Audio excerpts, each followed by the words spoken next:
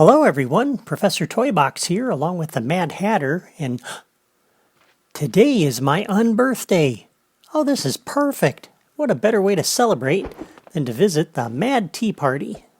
Of course, before I can do that, I need to implement the logic for the Mad Tea Party ride, so that's what I'm going to do today. This is going to be very similar to what we did last time with the Storybook Land canal boats over there, but this time instead of creating one path, we're going to create two paths, and we're going to hook up 4 teacups instead of just one building piece that looks like a boat. So that's what we're going to do, and to save a little time, as you can see, I've already placed the teacups that we need out of the ground vehicles drawer. And the other thing we need is the path creator, and we're going to drop down 2 of these, and we're going to reuse the buttons and the level starter that we used last time. And so as we get started, one of the things I like about this floor that I put down is the grid that's on it is very helpful for us to place our paths. And so the first point on the first path is going to go right here, as you see, and I'm facing in that direction. This is 180 degrees around from this way. If I were facing that way, I'd be looking at the Storybook Land canal boats, but we're going to look the other way. And the first point we're going to put down is right here. That puts us in point mode. Now the next point we'll put down is right here across that grid from it. So we'll place that one. And then we're going to come down 2 and over 1 to the left. That's where our next point will go. And you'll notice the terrain, the block seam is right here. So we're going to come down to the opposite side, and we're going to mirror what we're doing in each corner. So on this one, for this point, we're down here and we're 3 from the right. So we need to be 3 from the left. So we need the next point to go right here. So this is our 4th point. We're going to place that there. The next point comes to the left 1 and down 2, like that. And then kitty corner like this. And then the next one goes over 2 to the right and 1 up, like that. And then again, you'll notice we're 3 above the bottom edge there. So we need to go 3 from the top and over 2. And that's our final point. I'll exit out of point mode. We'll go into spark mode and select our path creator here. And we'll open up the logic menu, go into the properties. And for the properties, I'm going to leave active set to true. I'm going to set the speed to be 150. Looped is on. These 2 flags are off. And there we go. The rest of the properties are fine. And so what you can see is we've got a figure 8. This is what it looks like on this corner of the ride. And it's mirrored on the other corner of the ride, like that. And now we're going to put a second path in, and we're going to do the exact same thing that we just did for the other one. So this one started off that little corner. We're going to do the same thing down here. So this one's going to sit right there like that. And now we're going to keep it going clockwise. So that one goes clockwise, this one will too. So our next point is going to be over here. The next point will be in the opposite corner there. And then over here, over there,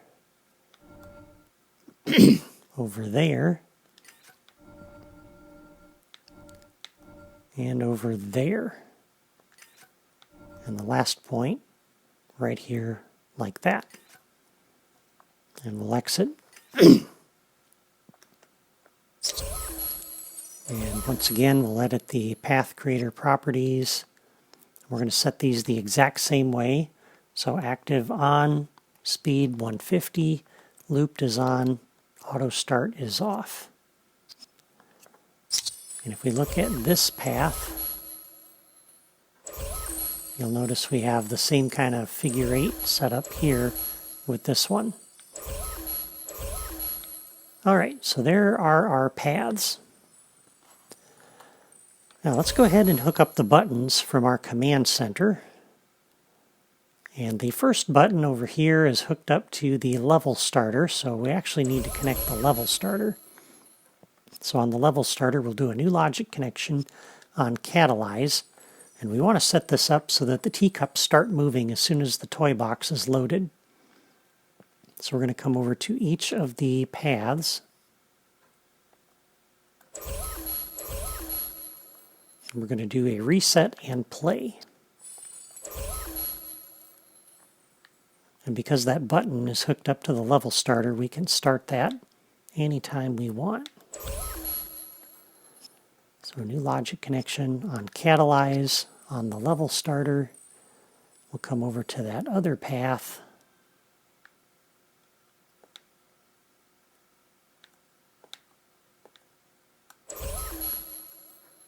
And do a reset and play.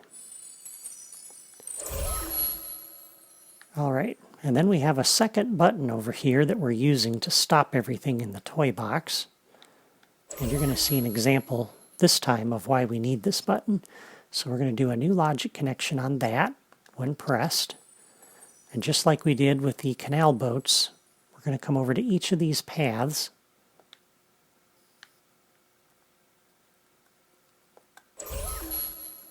And we're going to do a reset and stop.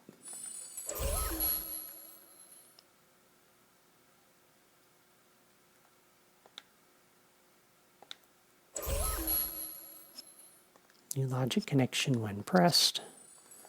Then we'll go over to the other path and do the same thing. And sorry, I'm kind of spinning it around a lot. Trying not to spin the camera too much, but I need to in order to see where I'm going. All right, so reset and stop. And that's all the logic connections that we need to make. Now we need to hook up the teacups. And we've got 4 teacups and 2 paths. So these first 2 teacups we're going to connect to the first path that I put down. These 2 teacups we're going to hook up to the other path that I put down. So on the first teacup, we'll do a new path connection.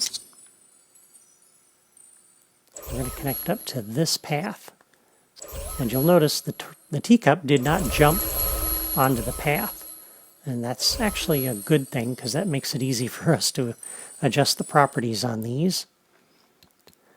So on the properties now for the first teacup under Toy Box Path, we're going to leave the speed set at 100%.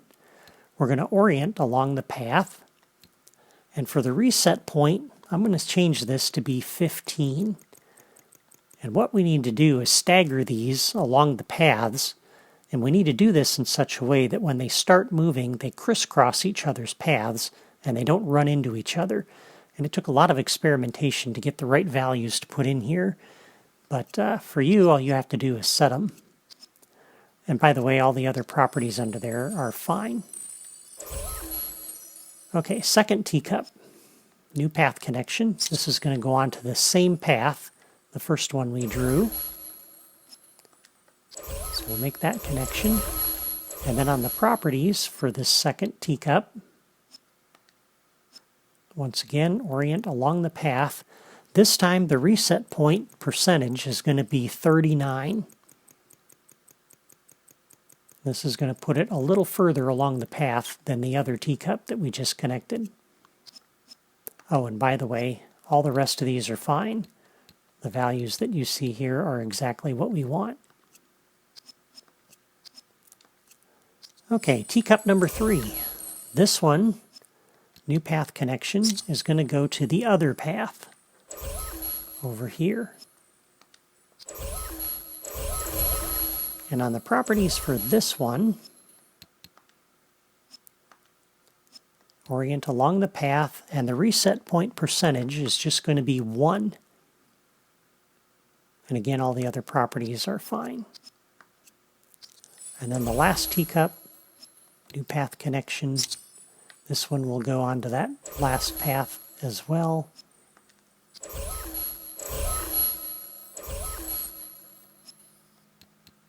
Properties, orient along the path. Reset point this time is going to be 25. Just like that. Okay, now the teacups are still sitting over here. So let's go over to our reset button, and when we push the button, the teacups should jump from where they are now onto the path at the specific reset points that we specified. And so we push the button, and let's go see what we've got.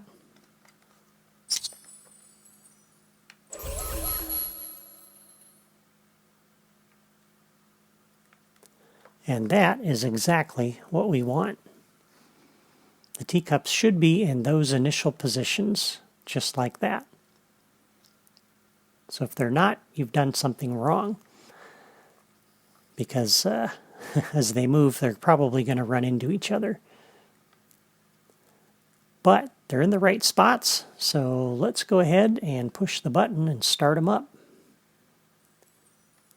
And this will also start the Storybook Land canal boat that we hooked up last time. Don't really care about that, but since this button is hooked up to that, it's going to start that too.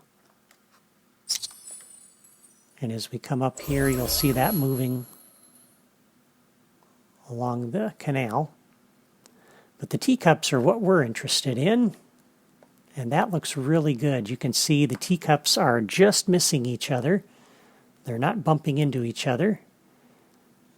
And they're not moving in just a plain boring circle either. They're crisscrossing each other's paths, and that looks really good, especially when you're standing out here alongside of the ride and you're looking at that. It kind of looks a lot like what you see at Disneyland, where the teacups don't seem to be moving in a predictable path. So let's go ahead and ride. And there we go.